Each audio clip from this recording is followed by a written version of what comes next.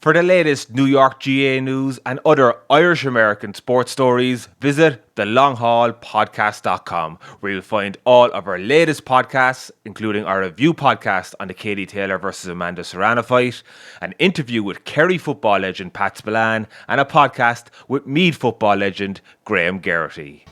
So I'm delighted to have County Chair Joan Henchy with me ahead of the Tailteann Cup game at the weekend. Joan, it's a huge game for New York. How important is this competition to New York?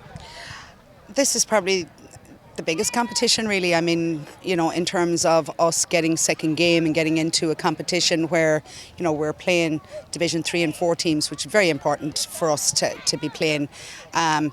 Look, we love the Connacht Championship and stuff, but Mayo and Galway are very formidable opponents, to say the least. But getting an opportunity to travel home and to play is huge for our county, and it's huge for our players.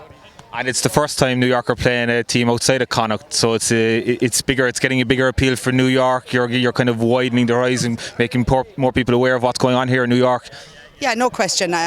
Just the opportunity to play a county that we haven't ever played before, and please God that the Tailteann will be a success and stuff, because I personally think it's huge for counties, and it's a lovely pathway towards the top tier of championship, and I think it's a really good stepping stone for all of us and something for us to strive to. So New York, of course, lost to Sligo a couple of weeks ago, had to dust everything down and get set again. I'm sure it's been tough on the admin side, getting the logistics together to go back home to Ireland. How hard has it been to get all this together? I think it's 2001 was the last time a New York team went home. Yeah, it's been pretty intense. It's easy, say, fly into Dublin. You don't know who you're playing, so accommodation is huge. You can't just make these decisions the morning of a draw and try and get accommodation, especially with the lack of accommodation currently in Dublin and hotels and the prices and stuff. So we had to kind of bite a bullet and roll a dice in terms of where we would potentially locate ourselves. So once we decided that, everything just fell into place. The cost of it, I know you're trying to develop the clubhouse here in front of us. Obviously this is going to take a hit on finances, but how has everything come together? Has there been a lot of sponsors come forward? How have you gotten the money together for it to cover the cost of the trip? I think we're all remortgaging houses. No, look, our sponsors are amazing. There was a lot of people came up to us afterwards and just, wanted to help out the players and stuff, specifically into the Players Fund and stuff. It's very difficult to fund on top of what we're doing currently with the building, because that thing is going to consume quite a lot of finances and resources, and we really don't have the budget, for any major elaborate expenditures. So our players are brilliant, and our management team are amazing. There's no crazy demands, there's nothing more than what they need and stuff. So we're very blessed on that level. We've a fantastic setup here. I can't even begin to thank them for what they do for us.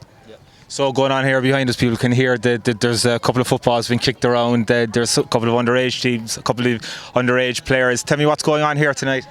So a little bit of short notice, but the boys offered to do like a little meet and greet with the minor board, our youth and stuff, and get them down here to get a ball kicked. And as you can see, there's a whole load of footballs here, all being signed by our players, and a little training session with them and a run around, and just predominantly good feel vibe to everything, and to give the lads a really good send-off tomorrow evening.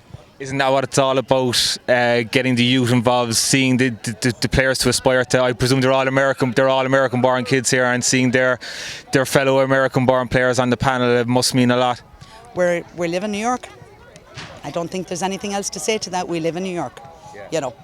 It's about them. This is their county. We bring bits to it. They're the future.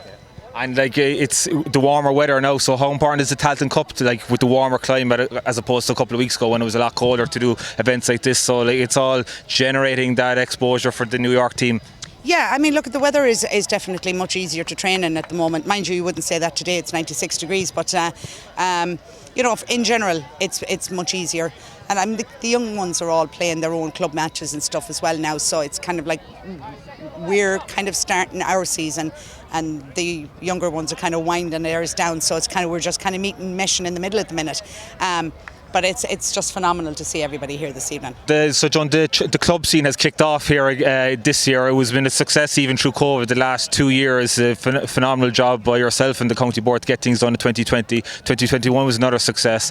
We've already started 2022. What's the numbers like? What are the team levels like this year? Yeah, there's a slight change in it this year because, needless to say, a lot of people haven't been able to travel for various reasons. You had to be vaccinated, you needed certs, you needed PCRs, there was so much, and it was changing on kind of like a daily basis at one stage. It was ridiculous to try and plan anything. So we are seeing a lot of requests for clubs that might have multiple players missing at a time, and that's understandable as well.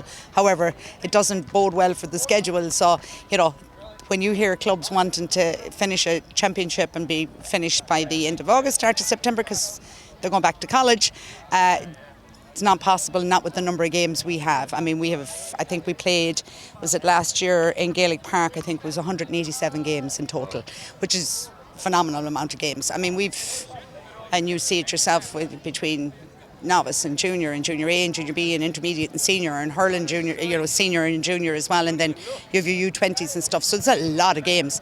I think we're going to have a lot of scheduling issues this year because, needless to say, our seniors and intermediates are not available to us right now. They come back. God willing, they're going home again for the 19th. We'll definitely mortgage in the houses, remortgaging at that stage. And then you have the juniors travelling for the All-Ireland. So that'll interfere with the latter end of the lower tiers of our clubs. So yeah, it's going to be a lot of moving this year. When are the juniors playing? They're playing on the 8th, and if they win, they're playing the final on the 10th. Okay. So that's going to upset the fixture. Take the junior fixtures is going to predominantly affect the majority of, and it's an all-American team we're sending home, so there'll be an adverse reaction to Shannon Gales, Rangers, Barnabas, Rockland, and then the other clubs, maybe one or two, but those four in particular will have a chunk of those players. I'm sure it's a headache you're willing to take just to get these fellas out into Ireland to play. Like we had the colleges teams a couple of months ago as well. It's great to get games outside of New York. Yeah, it's huge. I mean, look. Logistically, it's not like you can just hop in the car and you're in Dublin in 3 hours or whatever the case is. I mean, there's a lot of work goes into it. But yeah, I mean, we want to be part of, and we're not afraid to be part of it either. So whatever it takes. I mean, it's up to us. Will the split season now at home, how will that affect the summer sanctions here this year? Have you seen any kind of effect, or how will it affect it at all? Okay, so there's a couple of things with it. I mean, look, ultimately it is going to affect the summer sanctions, and I know the clubs are going to be looking for seasons to be finished by the time they have to go home, because their club championship will probably start mid-August, ours mightn't finish. Unfortunately, that's the dice you're going to roll here. If we've learned anything the last 2 years, it is the dependency on your home base, working to build that base, keep that base, and it's the young man that's travelling out here that's staying long term. He should be your goal player.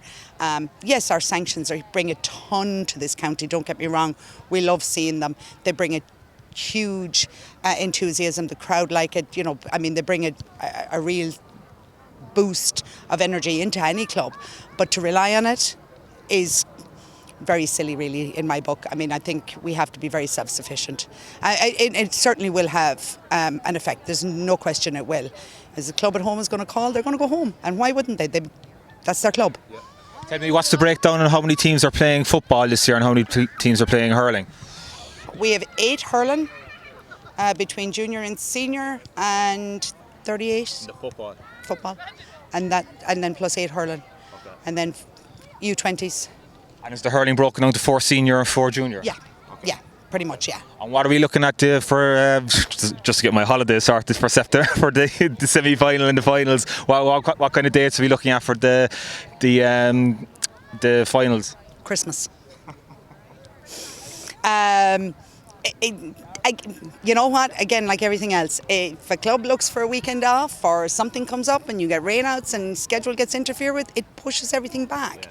It's very difficult to say. I mean, we'll be doing our best to try and get the intermediate and senior completed end of August, start of September would be the goal. Will we get it all? people forget that there's other divisions that need to be played, and then you've clubs with multiple teams, and there's a conflict of schedule right there. You can't put up a Barnabas Junior A tonight and put their seniors up tomorrow when they've got players moving between the two. So it's logistically, our schedule logistically is crazy. No problem. And you'll be back to me shortly about some updates on the clubhouse behind Well, it. I can give you just one small bit. Permits have been approved, everything is go. As you can see, new fences gone in. All the surveys had to be redone because the last time all of them were done was 2020. So there's a lot of refiling. You're dealing with the DOB. They're a whole other entity on their own. So we got approved. Our permit was approved on Friday, and we are literally waiting for Slattery Drilling to let us know what day next week his machine can come in to start the load test. So, yeah, finally, it's been a long road. Yeah. We'll do a podcast of going through the planning and stuff. We will. No, we won't. I am very busy until, like I said, see me. Thanks, Joan.